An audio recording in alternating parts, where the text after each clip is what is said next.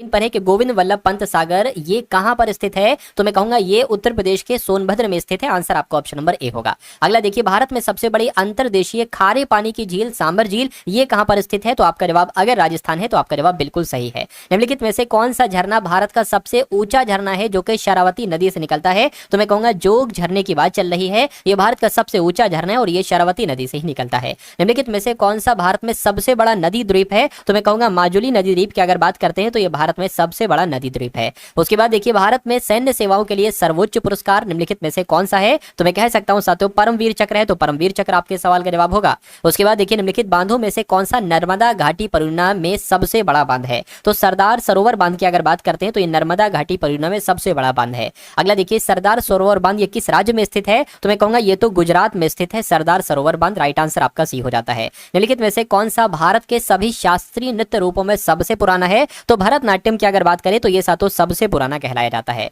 अगला देखिए, भरतनाट्यम की उत्पत्ति किस राज्य में हुई थी, तो इसकी उत्पत्ति सातों तमिलनाडु में हुई थी। तो अगर आपका भी जवाब यहाँ पर ऑप्शन नंबर डी है तो बिल्कुल करेक्ट है। निम्नलिखित में से कौन सी पर्वत श्रृंखला भारत में सबसे पुरानी है, तो अगर आपका जवाब अरावली की पहाड़ियां हैं तो मैं कहूंगा बिल्कुल सही है, ये पर्वत श्रृंखला भारत में सबसे पुरानी है।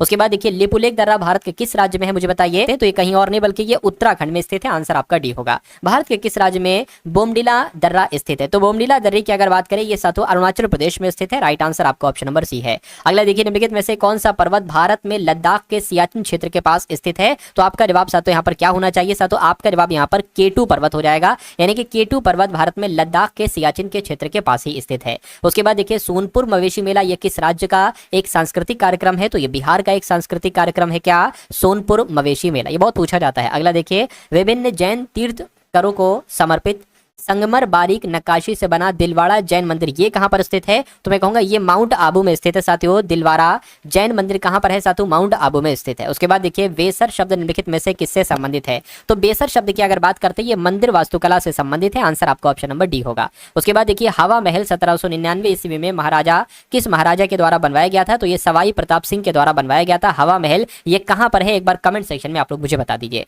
उत्तर प्रदेश के किस शहर में भगवान शिव के सम्मान में कैलाश मेला आयोजित किया जाता है, तो उत्तर प्रदेश के आगरा में भगवान शिव के सम्मान में कैलाश मेला आयोजित किया जाता है। आंसर आपका ए होगा। उसके बाद देखिए साथियों, उम्मेद भवन पैलेस ये कहां पर स्थित है, तो ये तो साथियों जोधपुर में स्थित है। कहां पर है, ये जोधपुर में स्थित है, ये बात आप लोग ध्यान रखेंगे। उसके बाद देखिए, निम्नलिखित में से किस ऑपरेशन के अंतर्गत भारत सरकार द्वारा भारत के मेडिकल छात्रों के यूक्रेन से भारत लाया गया था, तो मैं कहूंगा ऑपरेशन गंगा के तहत ही साथियों भारत के मेडिकल छात्रों को यूक्रेन से भारत लाया गया था। आपको ध्यान रखना है। पहला वाणिज्यिक परमाणु ऊर्जा स्टेशन तारापुर ये किस देश की मदद से स्थापित किया गया था, तो ये साथियों यूएसए की मदद से स्थापित किया गया था। ये भी इंपॉर्टेंट क्वेश्चन है, आप लोग साथियों याद रखेंगे। उसके बाद देखिए, अगला सवाल है, किस देश ने विश्व का पहला तैरता हुआ परमाणु संयंत्र विकसित किया, तो आपका जवाब रूस हो जाएगा साथियों। क्यों, क्योंकि रूस देश ने विश्व का पहला तैरलपक्कम परमाणु ऊर्जा संयंत्र ये कहां पर स्थित है, तो ये भी साथियों तमिलनाडु में ही स्थित है। आंसर आपका ऑप्शन नंबर डी होगा। कौन सा परमाणु ऊर्जा स्टेशन पूरी तरह से स्वदेशी रूप से बनाया गया है, तो मैं कह सकता हूं कलपक्कम परमाणु ऊर्जा स्टेशन की अगर बात करते हैं तो ये पूरी तरह से स्वदेशी रूप से बनाया गया है। अगला देखिए, काकरापार परमाणु ऊर्जा स्टेशन ये कहां पर स्थित है, तो ये साथियों गुजरात में स्थित है। कहां पर स्थित है, गुजरात में स्थित है। गुजरात आपके सवाल का जवाब होगा। उसके बाद देखिए, कहा जा रहा है कि भारत में सबसे बड़ा परमाणु ऊर्जा केंद्र कौन सा है, तो आपका जवाब साथियों यहां पर क्या हो जाएगा, फटाफट आप लोग मुझे बता दीजिए। तो भारत में सबसे बड़ा परमाणु ऊर्जा केंद्र साथियों कुडनकुलम परमाणु ऊर्जा केंद्र है। कुडनकुलम परमाणु ऊर्जा संयंत्र ये है कहां पर है, तो ये साथियों तमिलनाडु में स्थित है। अगला सवाल देखिए, नवेगांव नागझीरा टांड रिजर्व ये कहां पर साथियों स्थित है, टाइगर रिजर्व होगा साथियों, है ना। जो नवेगांव नागझीरा टाइगर रिजर्व है ये कहां पर स्थित है, तो ये महाराष्ट्र में स्थित है। ये बात आप लोग ध्यान रखेंगे, इंपॉर्टेंट क्वेश्चन है ये। उसके बाद देखिए, कह रहे कि आपसे यहाँ पर कहा जा रहा है ताडोबा टाइगर रिजर्व ये कहां पर है, तो ये भी साथियों महाराष्ट्र में है। यानी कि नवेगांव नागझीरा टाइगर रिजर्व भी महाराष्ट्र में है और ताडोबा टाइगर रिजर्व भी साथियों महाराष्ट्र में है। अगले नंबर का सवाल है, माधवगढ़ टाइगर रिजर्व ये कहां पर स्थित है, तो ये साथियों मध्य प्रदेश में स्थित है। आंसर आपका ऑप्शन नंबर सी होगा। अगला देखिए, निम्नलिखित में से कौन सा बाघ अभ्यारण्य मध्य प्रदेश में स्थित है, तो अगर बात करते हैं साथियों यहाँ पर संजय दुबरी बाघ अभ्यारण्य ये मध्य प्रदेश राज्य में स्थित है। ये बात आपको ध्यान रखना है। अगला सवाल देखिए, पन्ना और पेंच टाइगर रिजर्व ये किस राज्य में स्थित है, तो ये साथियों मध्य प्रदेश में स्थित है। पन्ना और पेंच टाइगर रिजर्व। आंसर आपका ऑप्शन नंबर बी होगा। कान्हा टाइगर रिजर्व ये कहां पर स्थित है? तो ये भी साथियों मध्य प्रदेश में स्थित है, आपको ध्यान रखना है। उसके बाद देखिए अगला सवाल, सतपुड़ा टाइगर रिजर्व ये किस राज्य में है? तो ये भी साथियों मध्य प्रदेश में है, सतपुड़ा टाइगर रिजर्व। ये बहुत पूछा जाता है, इसलिए आप लोग याद रखेंगे। क्षेत्रफल के आधार पर भारत का सबसे छोटा राज्य कौन सा है? तो सबसे छोटा राज्य कौन सा है? मैं कहूंगा गोवा है, ये आप लोग ध्यान रखेंगे। अच्छा, ये तो क्षेत्रफल के आधार पर सबसे छोटा है, लेकिन जनसंख्या के आधार पर राज्य सबसे छोटा कौन सा है? तो सिक्किम है। भारत में सबसे छोटी जनसंख्या वाला राज्य अभी मैंने आपको बताया सिक्किम है। उसके बाद देखिए कहा जा रहा है कि निम्नलिखित में से, अच्छा सबसे ज्यादा जनसंख्या वाला राज्य कौन सा है? ये आप लोग बताइए कमेंट सेक्शन में। किस भारतीय राज्य में उच्चतम वन आवरण है? तो वन आवरण उच्चतम कहां पर है? मैं कहूंगा मध्य प्रदेश में है। अगला सवाल देखिए, भारत में किस राज्य की तट रेखा सबसे लंबी है? तो गुजरात की तट रेखा सातों सबसे लंबी है। अगला देखिए, गुजरात के बाद किस राज्य की तट रेखा सबसे लंबी? गुजरात की तट रेखा सबसे लंबी है, लेकिन गुजरात के बाद किसकी है? तो गुजरात के बाद सातों आंध्र प्रदेश की है। अगला देखिए, विश्व की सबसे ऊंची मूर्ति इनमें से किस देश में स्थित है? तो मैं कहूंगा अपने देश भारत में ही विश्व की सबसे ऊंची मूर्ति स्थित है, ये आपको ध्यान रखना है। और कौन सी मूर्ति है वो एक बार कमेंट सेक्शन में मुझे बताइए, मैं आपको कई बार बता चुका हूं। चलिए अगला सवाल देखिए साथियों, और यही आ गया जो पूछा, भारत में स्थित विश्व की सबसे ऊंची प्रतिमा स्टैच्यू ऑफ यूनिटी ये किसकी है? तो ये सरदार वल्लभ भाई पटेल की। अच्छा, ये नहीं बताया कि कहां पर है, तो ये किस राज्य में है, ये आप लोग एक बार मुझे बता दीजिएगा। गुजरात में स्थित इस स्टैफ यूनिटी की ऊंचाई कितनी है, ये आपसे पूछा जा रहा है। स्टैफ नहीं बल्कि स्टैच्यू ऑफ यूनिटी की ऊंचाई पूछी जा रही है, जो चीज मैंने पूछी, तो कुल मिला के 182 मीटर है, आपको ध्यान रखना है। अगला देखिए, आपसे कहा जा रहा है केंद्रीय आलू अनुसंधान संस्थान कहां पर स्थित है? तो ये सातों शिमला में स्थित है। अगला सवाल देखिए, भारत में सुदूर समुद्र विज्ञान सुदूर संवेदन संस्थान इसकी स्थापना जो है सातों ये कहां पर हुई थी? ये आपसे यहां पर कुल मिला के पूछा जा रहा है, मुझे बता दीजिए। चलिए, तो सातों ये देहरादून है, तो देहरादून आपके सवाल का जवाब होगा। भारतीय सुदूर संवेदन संस्थान की स्थापना सातों देहरादून में हुई थी। भारत के राष्ट्रीय समुद्र विज्ञान संस्थान का मुख्यालय कहां पर स्थित है? तो इसका मुख्यालय सातों गोवा में स्थित है। अगला सवाल देखिए, राष्ट्रीय डेयरी अनुसंधान संस्थान ये कहां पर स्थित है? तो ये हरियाणा के करनाल में स्थित है, राष्ट्रीय डेयरी अनुसंधान संस्थान।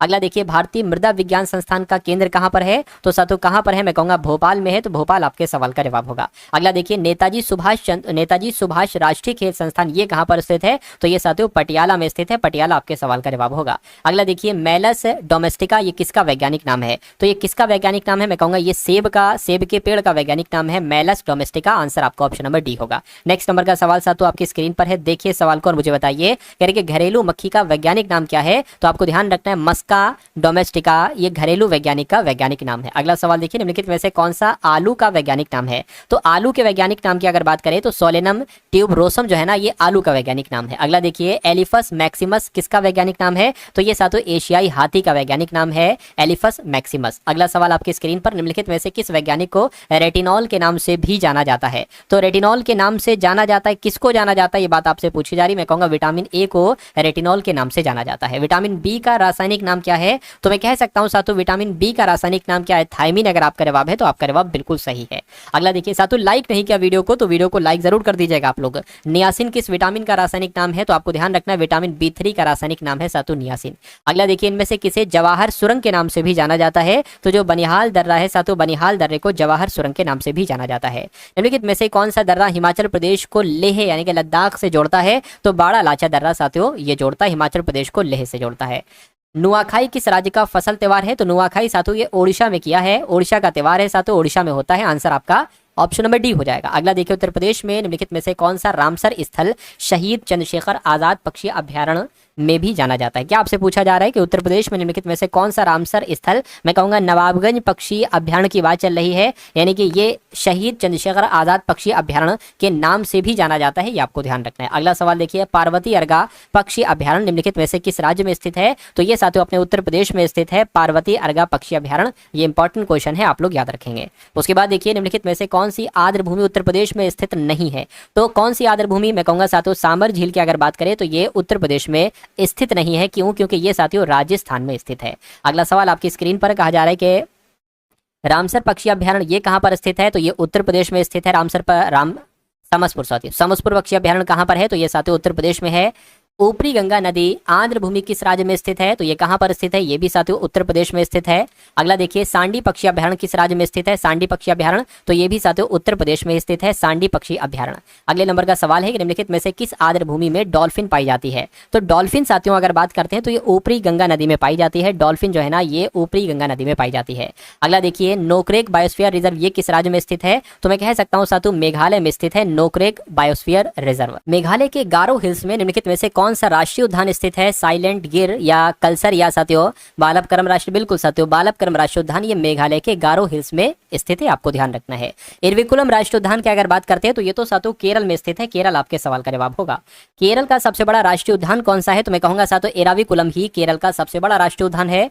नेक्स्ट नंबर का सवाल है मथिकेतन शोला और पंपादुम शोला राष्ट्रीय उद्यान ये किस राज्य में स्थित है? तो ये कहां पर स्थित है? ये भी केरल में स्थित है। अगला सवाल देखिए कि पेरियार राष्ट्रीय उद्यान ये किस राज्य में स्थित है? तो ये कहां पर स्थित है? ये केरल में स्थित है, पेरियार राष्ट्रीय उद्यान। साइलेंट वैली राष्ट्रीय उद्यान कहां पर स्थित है? तो ये भी साथियों केरल में ही स्थित है। अगला सवाल देखिए डिब्रू सैखोवा जैव संरक्षित क्षेत्र ये कहां पर स्थित है? तो ये साथियों असम में स्थित है, असम आपके सवाल का जवाब होगा। भारतीय जंगली गधे कहां पाए जाते हैं? तो गुजरात में पाए जाते हैं भारतीय जंगली गधे। अगला देखिए वन्य जीव संरक्षण के लिए भारत का पहला आनुवंशिक बैंक ये कहां पर स्थित है? तो ये साथियों हैदराबाद में स्थित है, हैदराबाद आपके सवाल का जवाब होगा। उसके बाद देखिए रंगनथिट्ट पक्षी अभ्यारण्य कहां पर है? केरल में, कर्नाटक में, तेलंगाना में, आंध्र प्रदेश में, मैं कहूंगा कर्नाटक में स्थित है रंगनथिट्ट पक्षी अभ्यारण्य। उसके बाद देखिए श्रीविल्लीपुतुर हाथी अभ्यारण्य ये किस राज्य में स्थित है? तो ये साथियों तमिलनाडु में स्थित है, तमिलनाडु आपके सवाल का जवाब होगा। फिक्की का मुख्यालय कहां पर स्थित है? तो फिक्की का मुख्यालय कहां पर स्थित है साथियों? दिल्ली में स्थित है। अगला देखिए भारतीय मौसम विज्ञान विभाग ये कहां पर स्थित है? तो ये साथियों नई दिल्ली में स्थित है, भारतीय मौसम विज्ञान विभाग। भारतीय मौसम विज्ञान विभाग का गठन किस वर्ष किया गया था? तो मैं कहूंगा 1875 में किया गया था भारतीय मौसम विज्ञान विभाग का गठन। दिल्ली में कुतुब मीनार दुनिया की सबसे ऊंची ईंट की मीनार है, इनमें से किस राजा ने इसके निर्माण में योगदान नहीं दिया था? तो किसने किसने दिया था? कुतुबुद्दीन ऐबक ने दिया था, फिरोज शाह तुगलक ने भी दिया था और इल्तुतमिश ने भी दिया था, लेकिन अलाउद्दीन खिलजी ने इसमें योगदान नहीं दिया था। तो आंसर आपका ऑप्शन नंबर सी होगा। भारत का सबसे बड़ा संग्रहालय ये कहां पर स्थित है? ये बात आपसे पूछी जा रही है, मैं कहूंगा कोलकाता में स्थित है।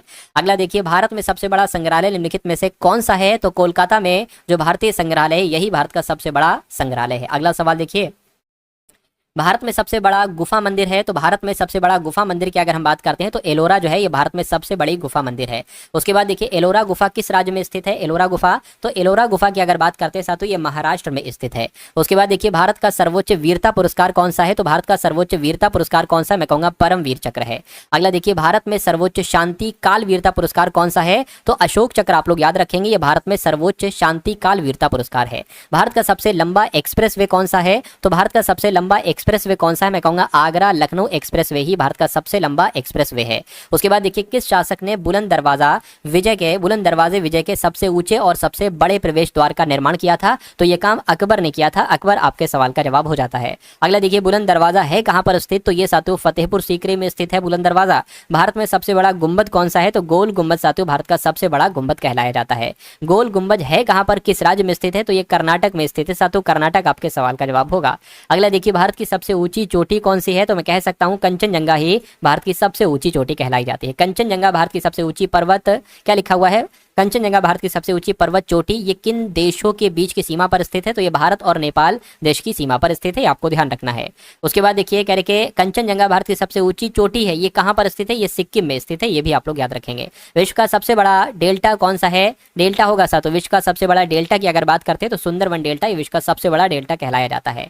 अगला सवाल आपकी स्क्रीन पर है, आपसे यहाँ पर साथियों कहा जा रहा है कि सुंदरवन डेल्टा किस राज्य में स्थित है? तो ये साथियों पश्चिम बंगाल में स्थित है। अगला सवाल देखिए सुंदरवन डेल्टा का निर्माण किन नदियों द्वारा किया जाता है? तो गंगा और ब्रह्मपुत्र द्वारा किया जाता है सुंदरवन डेल्टा का निर्माण। अगला देखिए आगरा शहर किस नदी के किनारे पर है? तो साथियों यमुना नदी के किनारे पर है आगरा। तो दोस्तों ये वीडियो आप लोगों को कैसी लगी कमेंट बॉक्स में जरूर बताएं। वीडियो अच्छी लगे तो वीडियो को लाइक करें और चैनल पर नए हैं तो चैनल को सब्सक्राइब करें।